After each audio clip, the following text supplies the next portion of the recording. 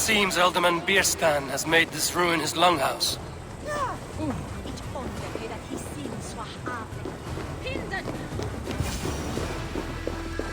Why is my cup empty? Perhaps because you have drunk the barrel dry? Damn Bierstan. His household is as poorly run as his lands.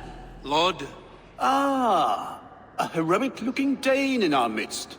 I'm looking for Bierstan, the alderman of the Shire. Our lord is not at home, but his wife is receiving visitors upstairs, in her usual fashion. If you speak with her, pass on that we've run out of ale. Damn Bierstan. His household is as poorly run as his lands. Estrid is a good wife. Far better than he deserves. You would say that, Adrian. Your wife acts like a sow in a...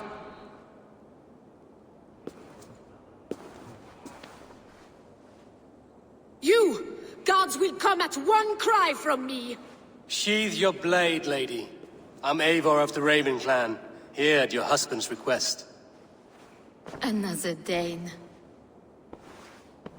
I am Estrid, wife of the Lord of Essex. As you may have heard, my lord is not at home. I'm wary of rounding up Saxons. Is your husband stolen, drunk, or wayward? He'll be stalking the woodlands today, hunting game and ignoring the vital affairs of Essex. One such affair is why we called for you. If I can find him, I'll remind him of his duties. Ah, such would be a miracle. His favorite haunt is southwest of here. The lavender fields there attract the prey, God help him. With luck, he hasn't been eaten, but I'll return either way.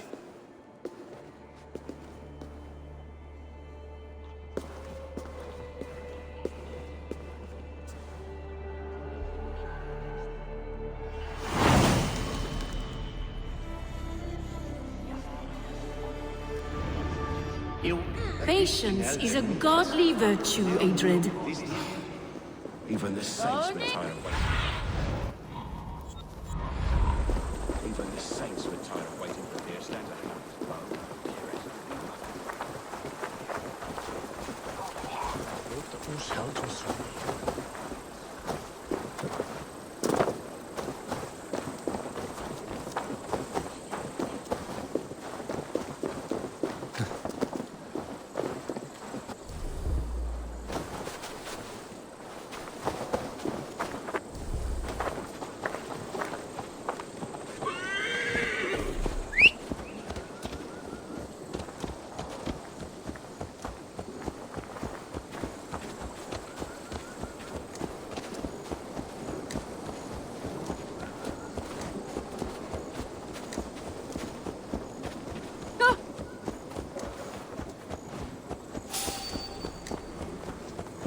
Hold there, stranger.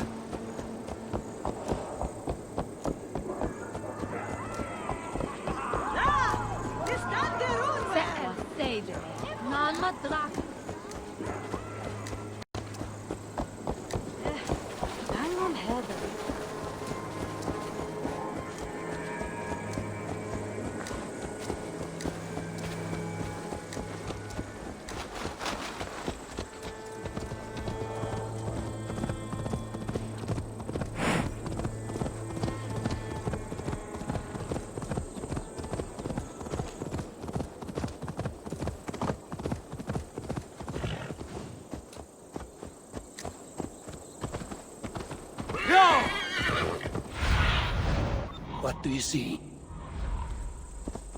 Go!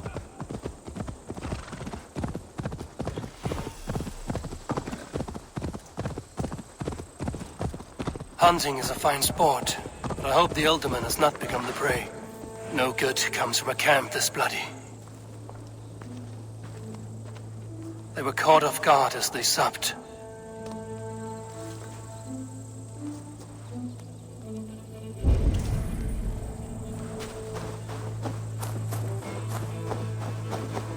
They were attacked by a beast.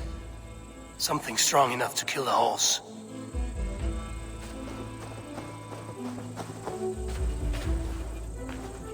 Some large prey left these tracks in the grass.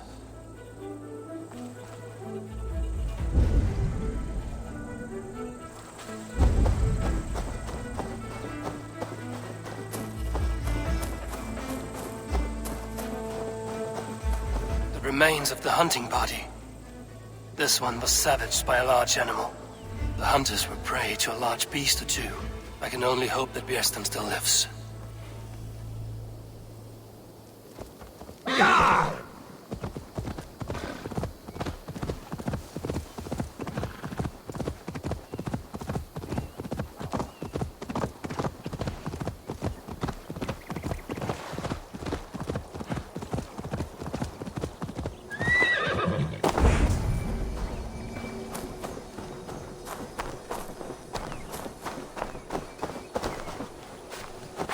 This place is heavily guarded.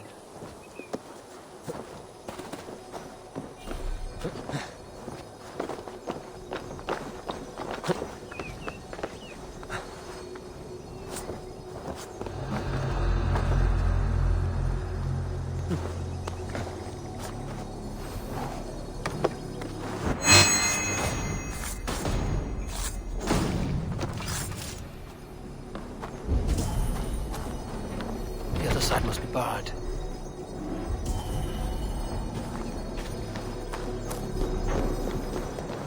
Hey, wait! Shit! Keep away from me! Damn you!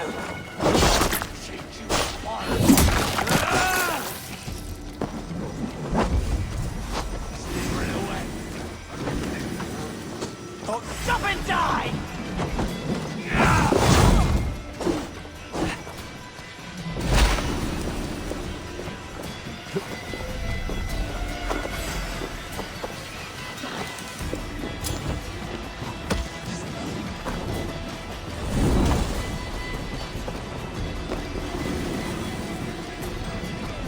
Must be blocked from the other side.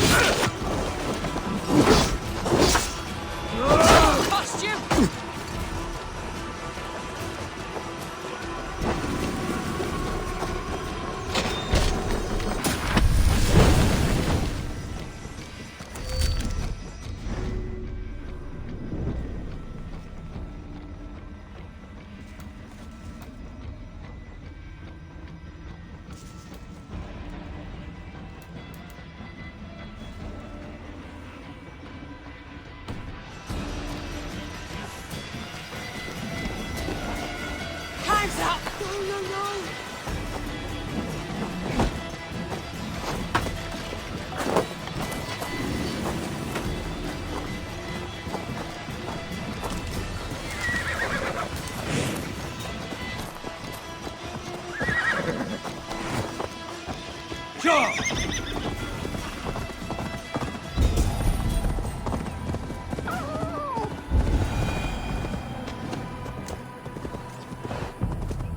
No!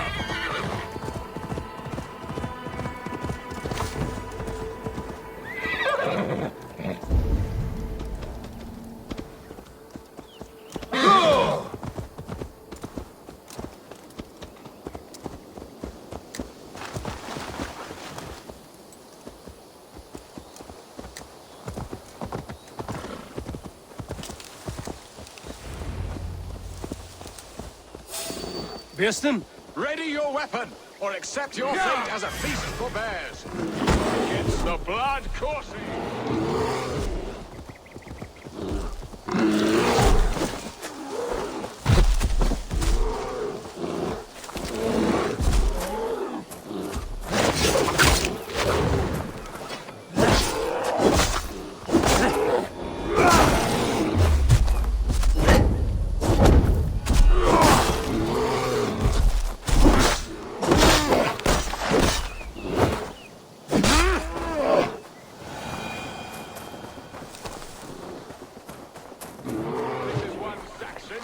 Kill today.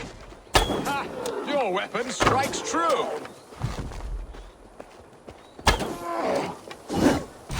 Well fought, friend. I would not have survived this ambush without you. You have my gratitude. To stumble upon me in my moment of greatest peril.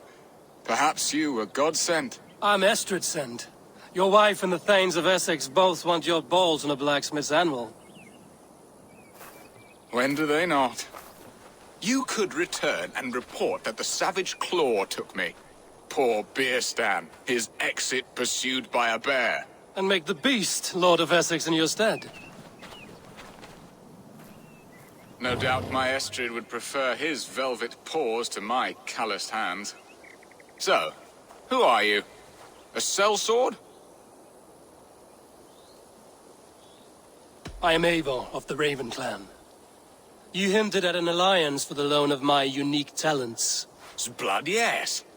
Let us return to Colchester at once, and we'll speak more of the delicate matter on my mind. I'm glad you answered my summons. I did not expect such a skilled fighter. It's good I came when I did. We lost many men on this hunt. Good men, all. They will have the proper rights, and their families will be cared for. Your people sacrificed much for your sport. They did. There is no balm for my tortured heart. Why did you ask me here? Do you believe in true love, Eivor? I have loved.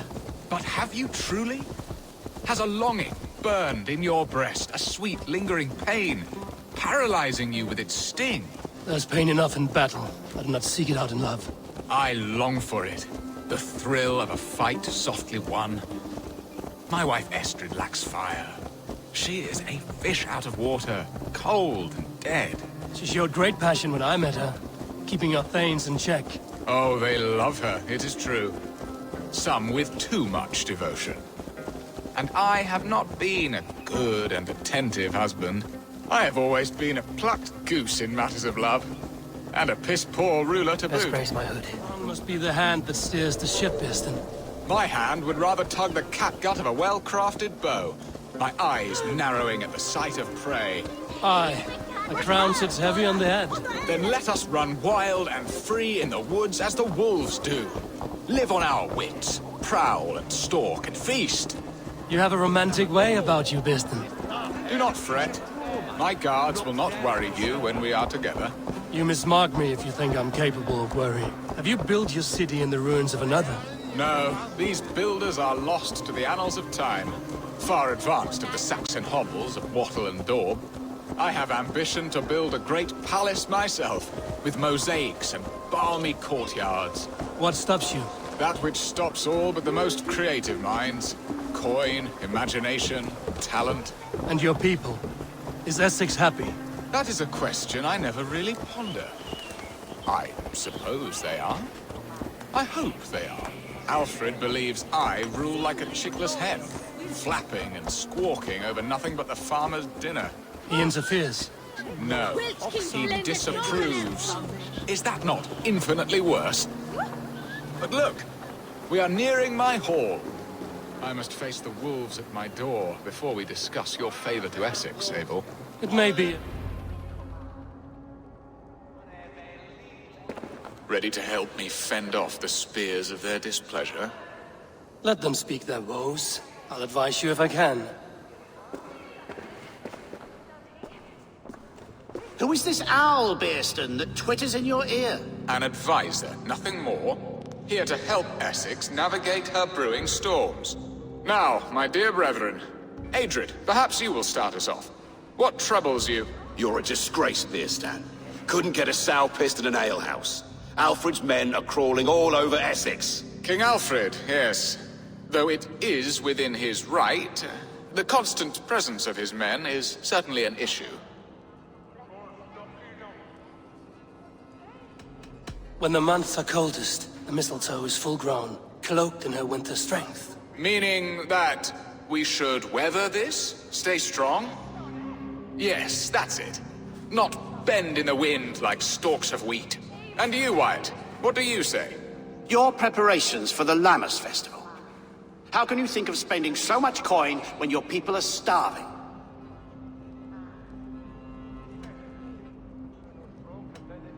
Often should one make an early meal, nor fasting come to the feast. The feast, yes. The festival. This is not for full bellies, but to bless the loaf. Does that not bring us all good fortune? And Aldrich, do you yap like a she-hound as Adred does? You know my thoughts, Bearston. The feared.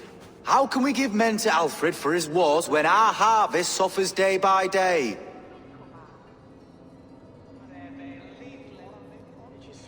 Refuse to send your men. Let Alfred's people die for his hopeless cause against the Norse.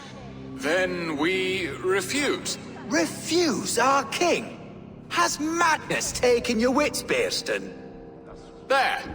Have I not answered all your questions? I thank you for your candor, Bearstan. You have put my mind somewhat at ease. Aye. Indeed. Good. With that, we are concluded, my lords. Now, if you'll pardon me, I have much to discuss with my wife.